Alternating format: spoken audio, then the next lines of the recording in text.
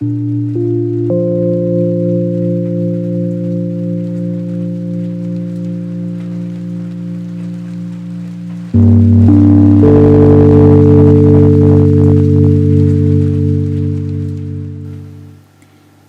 everyone, and welcome to my 2021 Plan With Me video. Happy New Year, welcome to 2021. That was a bit of a wild ride. I'm going to try and not talk about 2020 too much because I don't want to drag the tone of this video down. But yeah, just jumping in. This theme for the start of the year is inspired by a piece of fabric that I have, and I was cutting it up and looking at it and I was like, you know what, this will make a really cute bullet journal theme. So it's got like rabbits and rainbows and little flowers, and it was just really sweet and I really liked the colours in it, so I decided to use that for my theme for the very start of the year. This first page that I'm working on here is a key, or a legend if you prefer to call it that. It's just really useful to have and refer back to, because sometimes you just want to write down an event and you forget what your mark is for that, or you've used a mark in it and then just completely forget what that means. So I just write that down at the start of every year, just so that if I do have a brain fart of that variety, I've got something that I can come back and look at. And the page after that is a year at a glance. It's another useful one to have, just to keep track of where we're at in the year and see what the entire year is going to look like in terms of dates and stuff.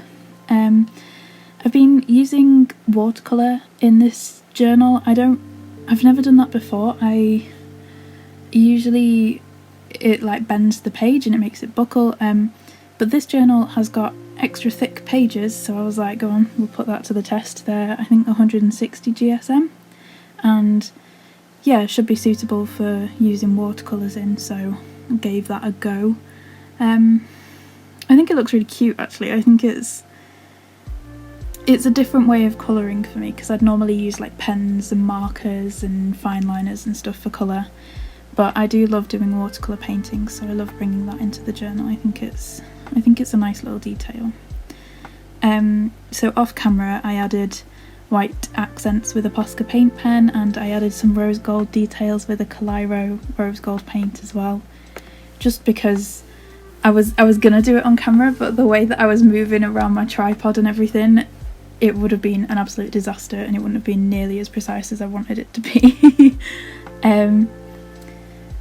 So this new journal is from Yop and Tom. I've never used their books before, but I'm really pleased with this one. It's come out, the pages are really like bright white, which I love. I've had some before, some journals that are more creamy coloured pages, like really close to yellow actually, and yeah, I definitely prefer that these are such a like bright true white. I really love that.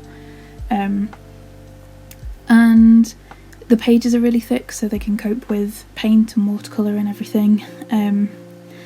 The one issue that I did find, the dots aren't exactly 0.5 centimetres, so you do have to count dots. You can't just like measure and find the halfway point that way, because they're not exactly 0.5, so there's a lot of maths involved, which is a shame, but other than that I am really pleased with this one. I would recommend it. So that's Yop and Tom, or maybe Tom and Yop. Oh no, I think it's Yop and Tom. Anyway, this is a grid spacing spread, which is an absolute lifesaver, to be honest. I've literally already put that to use for my January spread.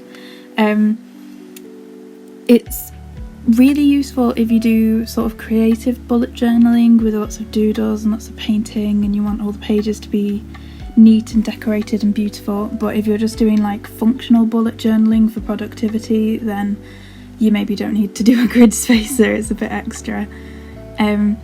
But I just use the boxes, and I've written in how many dots wide each box is, and that helps me to work out the spacing for spreads where I need like 2 columns or 3 columns, so on. And I've got one page for splitting it vertically and one page for splitting the pages horizontally. So yeah, as I said, I've already put that to use for January. I am filming the January video and it should be coming out fairly soon, maybe a couple of weeks, I'm not sure.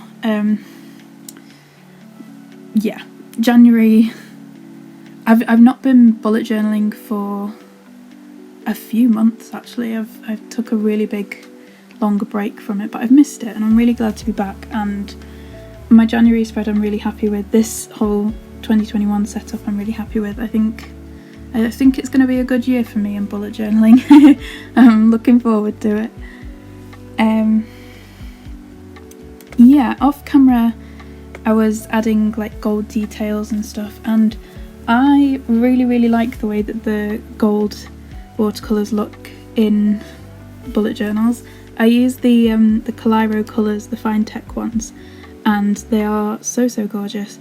I love how when you turn the page it's got like that metallic sheen and you can really see it catching the light, and yeah, they're really pretty. So if you're looking for a way to really spice up your bullet journal, then definitely get some metallic paints because they are really gorgeous. So this next page that I'm working on, the next 4 pages actually, are a future log for writing tasks for the whole year. So if someone tells me, hey, I'm getting married in September, and I'm like, oh, it's February, I've not set up September yet, I can still go and write that in so I can save the date or whatever. Not that many people will be getting married, I don't think, because we all know how that went last year. Yeah, normally I'd do like New Year's resolutions or 2021 goals or something like that, but this year I decided not to do that because everything's just so very much out of my control. So if I were setting goals, it would be mostly about getting into university, because last year I dropped out of the course that I was doing.